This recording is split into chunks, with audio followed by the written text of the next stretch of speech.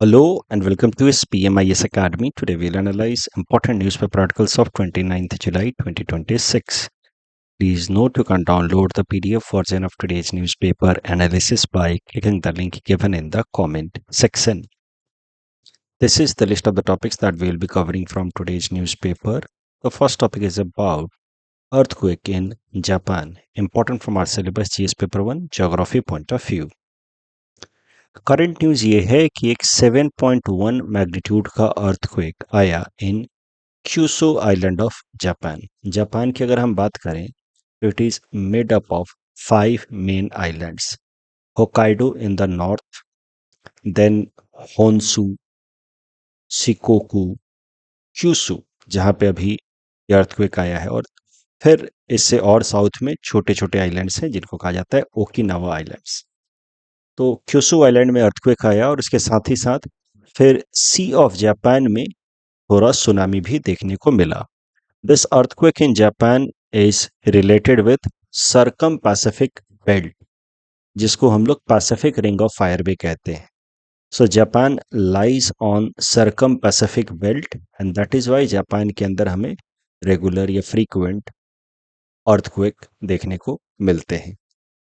तो क्या है सर्कम पैसिफिक बेल्ट, वो भी थोड़ा समझते हैं। देखिए, पैसिफिक ओशन को अगर आप देखें, एक बात तो आपको पता है कि our earth crust is made up of about 7 major plates and then about 20 to 21 minor plates. जैसे यहाँ पे आप देखें, ये पैसिफिक प्लेट जो है एक मेजर प्लेट है और इसके मार्जिन में कई सारे माइनर प्लेट्स हैं, जैसे नाजका प्लेट, या ये साउथ में आप देख सकते हैं ये Antarctic plate is another major plate, ये कोकोस प्लेट एक माइनर प्लेट है।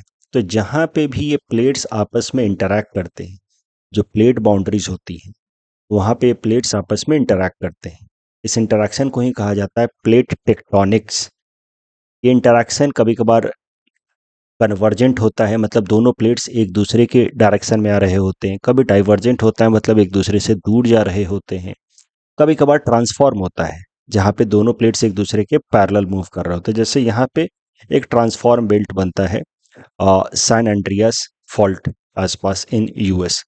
ज़्यादातर जो पैसिफिक प्लेट है उसका इंटरैक्शन अपने आसपास के प्लेट्स के साथ जो होता है वो कन्वर्जेंट प्लेट के फॉर्म में होता है, मतलब कन्वर्जेंट प्लेट बाउंड्री।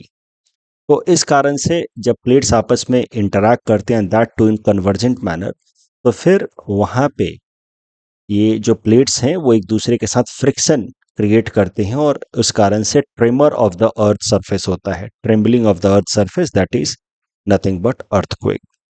तो ये है सर्कम पैसिफिक बेल्ट।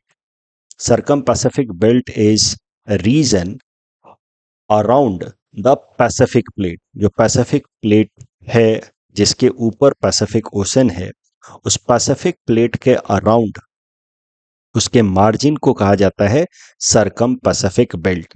और ये जो सर्कम पैसिफिक बेल्ट है, it is actually plate boundary between Pacific plate on one side and then other plates like Indo-Australian plate, Cocos plate, North American plate, Eurasian plate। ये जो plate है Eurasian plate और ये है Pacific plate, उसकी boundary है यहाँ पे। तो ये जो मार्जिन है या ये जो बाउंड्री है between Pacific plate and several other plates around it, इसी को कहा जाता है सर्कम पैसिफिक बेल्ट। और इस मार्जिन पे प्लेट टेक्टोनिक्स यानी कि इंटरैक्शन ऑफ द प्लेट्स के कारण फिर अर्थक्वेक आता है और साथ ही साथ वोल्केनिक इरप्शंस भी होते हैं।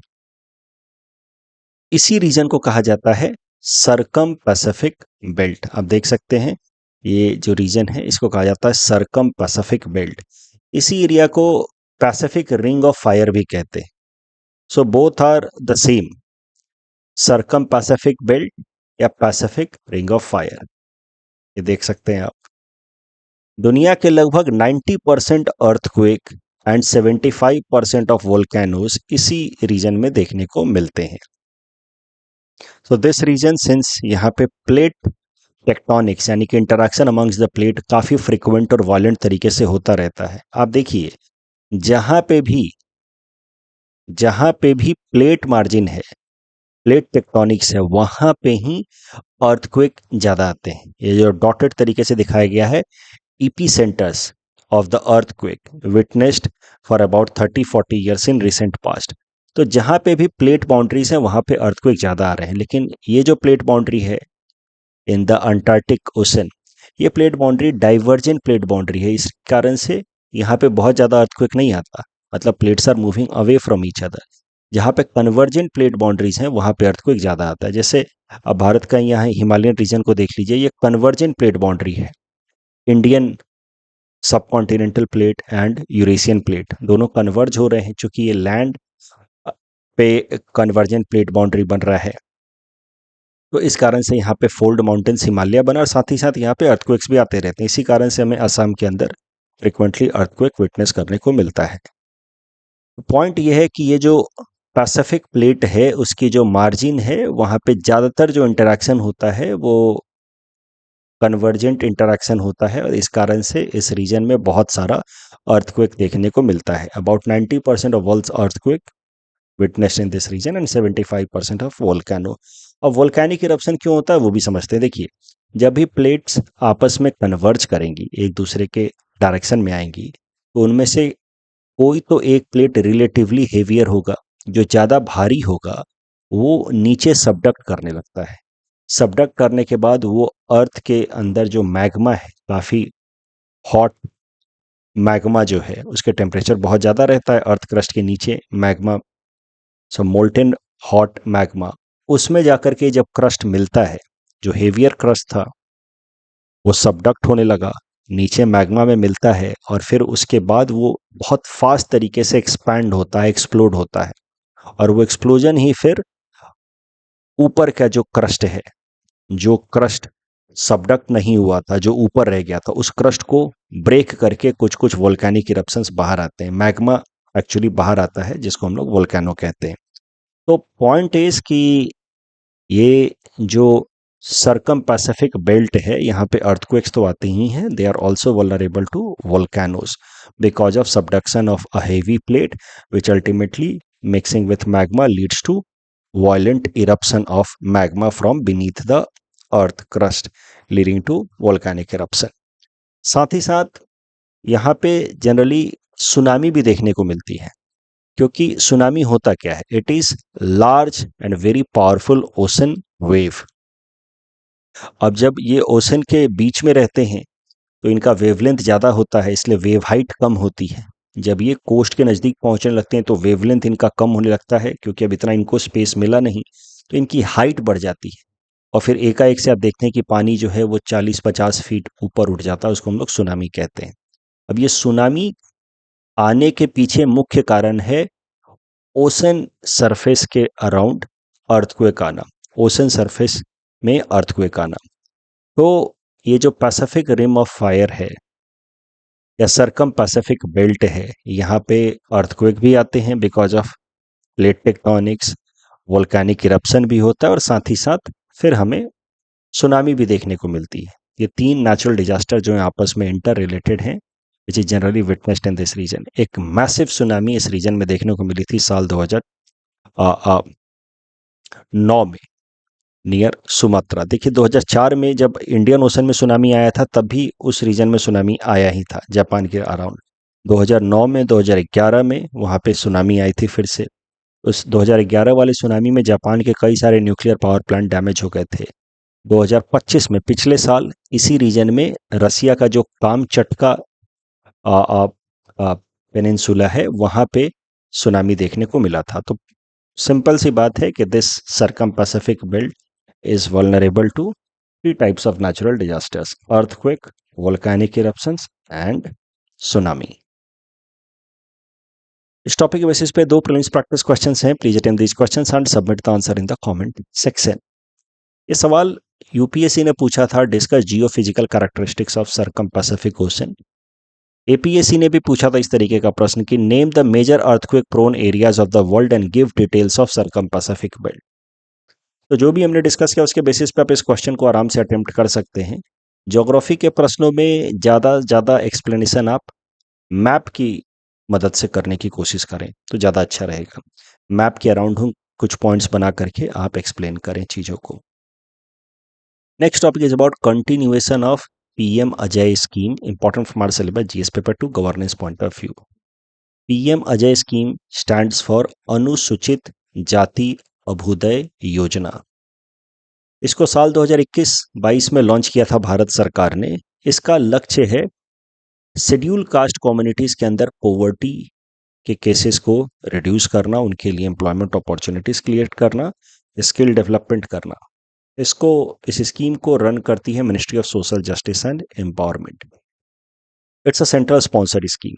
पीएम अजय स्कीम को 2021-22 में लाया गया by submerging 3 already running schemes for the welfare of schedule caste. 3 अलग अलग स्कीम्स चल रहे थे, उन तीनों को सब्ज्यूम करके एक बना दिया गया पीएम अजय स्कीम साल 2021-22 में। 3 स्कीम्स जो पहले से चल रहे थे वो थे प्रधानमंत्री Adarsh Gram Yojana, special central assistance to scheduled caste sub plan, जिसके अंदर शेड्यूल कास्ट रीजन के लिए स्पेशल फंड एलोकेट किया जाता था। आदर्श ग्राम योजना में शेड्यूल कास्ट डोमिनेटेड विलेजेस को, वहां के इंफ्रास्ट्रक्चर को इंप्रूव करने की कोशिश की जाती थी।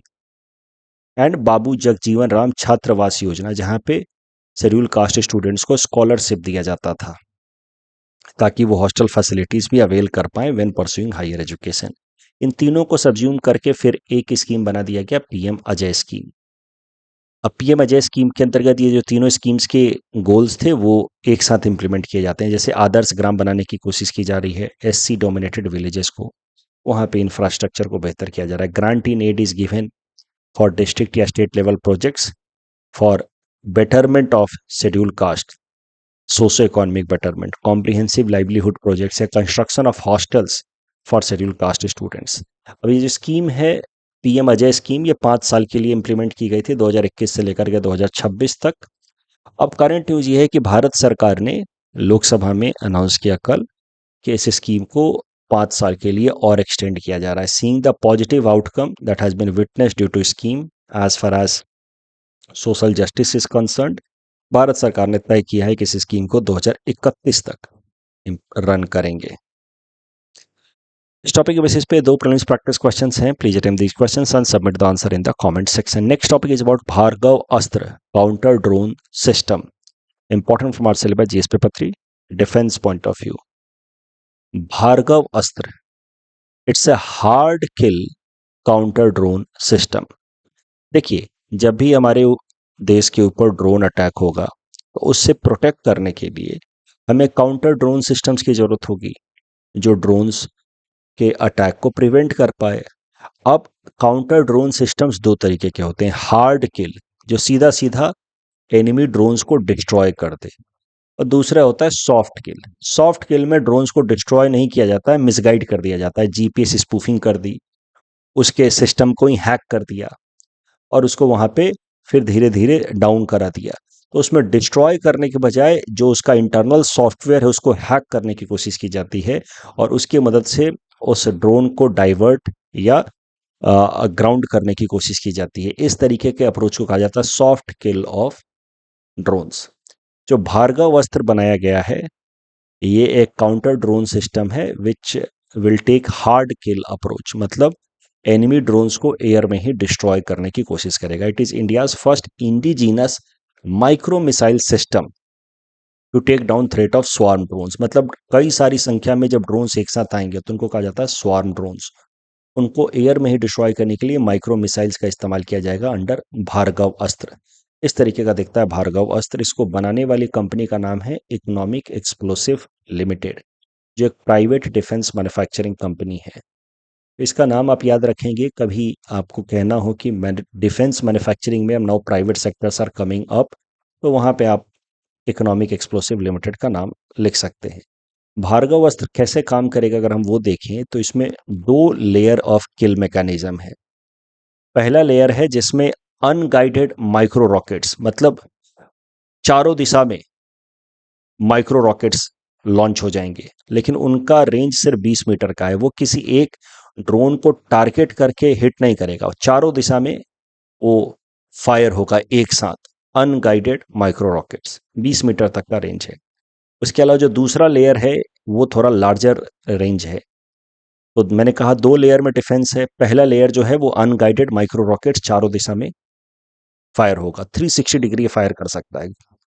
और उसके अलावा लगभग 2.5 किलोमीटर डिस्टेंस तक ये प्रिसीजन गाइडेड माइक्रो मिसाइल्स भी लॉन्च कर सकता है। मतलब दूर से ही किसी ड्रोन को इसने टारगेट कर लिया, टारगेट को लॉक करने के बाद 2.5 किलोमीटर तक के डिस्टेंस तक के भी ड्रोन को ये डिस्ट्रॉय कर सकता है। तो 2 लेयर में भार्गव अस्त्र के अंदर डिफेंस सिस्टम है, air defence system. Long range में गाइडेड माइक्रो मिसाइल्स हैं और शॉर्ट रेंज के लिए अनगाइडेड माइक्रो रॉकेट्स हैं। ये जो भार्गव अस्त्र है ये एनिमी अनमैन्ड एयर व्हीकल्स को, बड़े बड़े जो एयर व्हीकल्स हैं उसको 10 किलोमीटर की डिस्टेंस तक ही डिटेक्ट कर सकता है। स्मॉलर ड्रोन्स को ये लगभग 6 किलोमीटर की डिस्टेंस तक डिटेक्ट कर सकता है। Bhargav Astra has been recently showcased to Indian army, that is why it was in news. तो बेसिकली इंडियन आर्मी को इसका डेमो दिया गया है रिसेंटली। इस टॉपिक के बेसिस पे 2 प्रीलिम्स प्रैक्टिस क्वेश्चंस हैं। Please attempt these questions and submit the answer in the comment section. Next topic is about role of ethics in world politics. ये काफी अच्छा आर्टिकल है with respect to GS paper for ethics and integrity. GS paper for ethics and integrity में एक topic है role of ethics in world politics. As it is this topic is mentioned in our syllabus. तो इस article की मदद से वहाँ पे कई सारे इंपॉर्टेंट पॉइंट्स उस टॉपिक को कवर करने के लिए मिलते हैं। ये आर्टिकल कहता है कि foreign policy making is not only driven by national interest या स्ट्रेटजिक कैलकुलेशन, जैसा रियलिस्ट थिंकर्स कहते हैं। तो फॉरेन पॉलिसी में मेकिंग में एक जो अप्रोच होता है उसको कहा जाता है रियलिज्म अप्रोच। रियलिज्म अप्रोच के हिसाब से foreign policy making should be done only focusing on national interest and strategic calculation. मतलब लॉन्ग रन में हमारे देश के लिए क्या फायदेमंद हो सकता है, वही सारी चीजों को ध्यान में रखते हुए फॉरेन पॉलिसी बनाई जानी चाहिए, ऐसा कहता है रियलिस्ट अप्रोच या रियलिस्ट थिंकर्स। लेकिन ये आर्टिकल कहता है कि सच्चाई में या रियलिटी में in the real world foreign policy जो है उसमें सिर्फ नेशनल इंटरेस्ट का ध्यान नहीं रखा जाता, उसमें कुछ मोरल वैल्यूज का भी रोल होता है, एथिक्स का भी रोल होता है। फॉर एग्जाम्पल अगर वर्ल्ड पॉलिटिक्स में हम बात करें, ह्यूमन राइट्स या ह्यूमन डिग्निटी को इंश्योर कराने के लिए जेनेवा कन्वेंशन 1949 में लाया गया। हमने कुछ ही दिनों पहले जेनेवा कन्वेंशन के बारे में देखा था। इसके अंदर 4 मोटे मोटे कन्वेंशन हैं in order to ensure humane treatment to wounded soldiers या सिविलियन पॉपुलेशन ड्यूरिंग वॉर। इसके अंदर 4 कन्वेंशन हमने देखे थे। तो कलेक्टिवली जेनेवा कन्वेंशन जो इंटरनेशनल लेवल पे एग्री किया गया है, ये ह्यूमन राइट्स और ह्यूमन डिग्निटी को प्रोटेक्ट करने की कोशिश करता है even during war. South Africa के अंदर एपार्थीड, रंग के आधार पे भेदभाव, रेशियल डिस्क्रिमिनेशन 1994 में खत्म हुआ। After a lot of international pressure, दुनिया के कई सारे देशों ने दबाव बनाया साउथ अफ्रीका के ऊपर। करेंटली दुनिया के कई सारे देश जो हैं वो म्यांमार के ऊपर दबाव बना रहे हैं टू अवॉइड रोहिंग्या परसिक्यूशन। उसके अलावा इंटरनेशनल प्रेशर जो है वो इजराइल गाजा कन्फ्लिक्ट को खत्म करने के लिए है। इजराइल के ऊपर दबाव है to avoid persecution of Gaza population.